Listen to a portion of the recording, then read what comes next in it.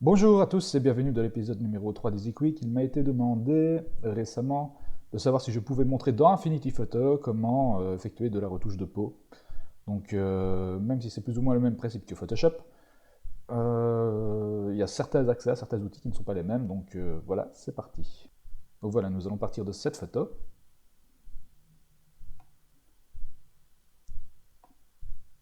Donc voilà, nous sommes dans Affinity Photo dans le menu Photo Persona.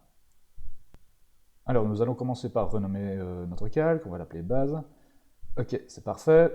Maintenant nous allons le dupliquer avec l'option commande plus J, car nous allons avoir besoin de ce calque pour appliquer notre effet. Car ici le split, car oui nous allons faire du split frequency, le split est directement intégré au logiciel sous forme de filtre, séparation de fréquence. Alors, sur la gauche vous pouvez voir la texture, et sur la droite le calque qui sera utilisé pour modifier la couleur. Alors vous pouvez modifier le rayon, donc vous pouvez voir que ça agit sur l'application du split frequency. Donc nous allons garder un rayon relativement bas, tout comme dans Photoshop d'ailleurs, nous allons rester sur 6 pixels. Et si vous cochez l'option miroir, vous pouvez voir le résultat avec vos deux images. Donc le rendu est un peu plus concret, un peu plus clair. Donc j'applique l'effet. Et vous pouvez voir que nous avons deux calques, un calque avec les hautes fréquences qui composent la texture, et les basses fréquences qui servira de calque pour modifier la couleur. Donc touche Shift pour sélectionner le calque du dessous, et nous allons ensuite renommer le groupe Split. Alors nous allons commencer par travailler sur le calque des hautes fréquences, donc pour modifier la texture, et ainsi supprimer les imperfections de la peau. Donc pour commencer, nous allons utiliser l'outil correcteur, donc on y accède avec la touche J. Voilà. Il est juste là dans la barre des menus.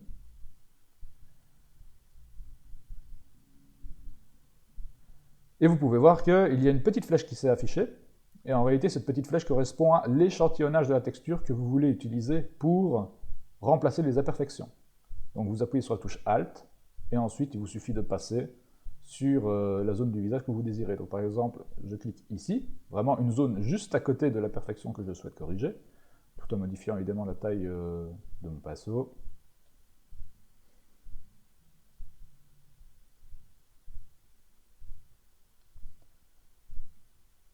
Alors vous avez plusieurs outils. Alors ici, voilà, pour vous montrer un exemple, vous devez utiliser une dureté minimum, car tout simplement, si jamais vous remplacez votre texture, et que la dureté est au maximum, il n'y a pas de transition douce qui s'effectue, et le résultat est, on va dire, pas très beau. Alors, déjà, un petit conseil pour retoucher les imperfections. Je vous suggère de sélectionner des zones qui sont proches des zones que vous désirez modifier, afin de ne pas choisir une texture qui n'a strictement rien à voir avec la peau environnante. Donc là, j'accélère un peu le mouvement. Donc ça, c'est vraiment utile pour tout ce qui est tout petit bouton.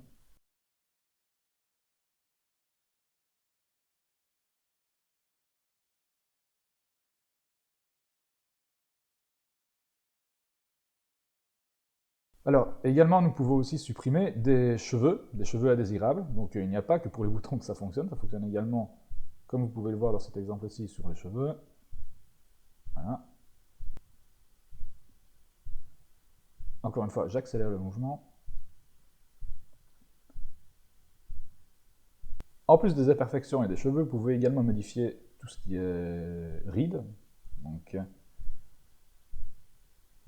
et ça fonctionne relativement bien. Encore une fois, sélectionnez la texture que vous désirez copier la plus proche possible de la zone que vous désirez modifier. Voilà. Vous pouvez voir que la croix suit le mouvement de votre souris.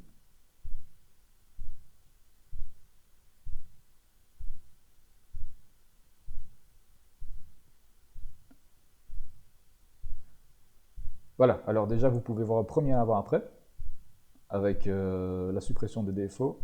Ici évidemment je le fais rapidement hein, pour les besoins de l'exercice, sinon à split frequency ça peut prendre du temps, beaucoup de temps. Et maintenant nous allons nous attarder sur la couleur. Donc vous pouvez voir qu'il y a des imperfections de couleur, la peau est beaucoup plus rougeâtre à certains endroits.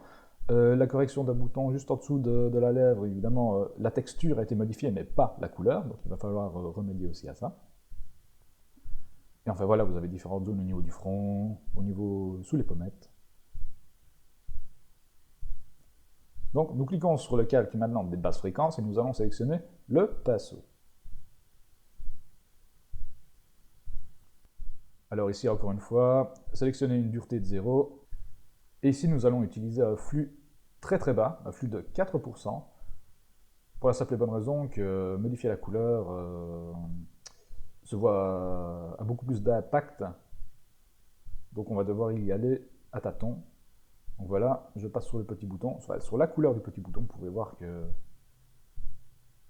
la tâche du bouton commence à disparaître petit à petit. Et ici, tout comme pour l'outil correcteur, sélectionnez des outils qui sont relativement proches des zones que vous désirez peindre, donc des zones de couleur relativement proches, pour le micro-détail, dans ce cas-ci. Ensuite, vous pouvez agrandir votre pinceau et harmoniser un peu la gamme tonale du visage de manière plus globale. Et voilà, vous pouvez voir déjà qu'il y a un bon travail sur la retouche de la peau. Alors, vous avez pu constater aussi que lorsque j'ai retouché les basses fréquences, donc la couleur, vous avez pu voir que ça, on va dire, un peu aplati le contraste de l'image. Donc, normalement, il faut faire un dodge and burn pour redonner un peu plus de volume au visage. Ici, voilà, si vous désirez, vous pouvez utiliser la couleur noire et repasser dans les zones que vous désirez assombrir à nouveau.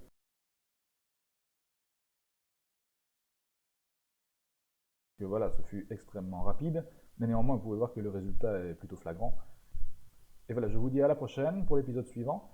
Nous allons continuer cette image, et cette fois-ci, nous allons utiliser la technique du Dodge and Burn. À la prochaine.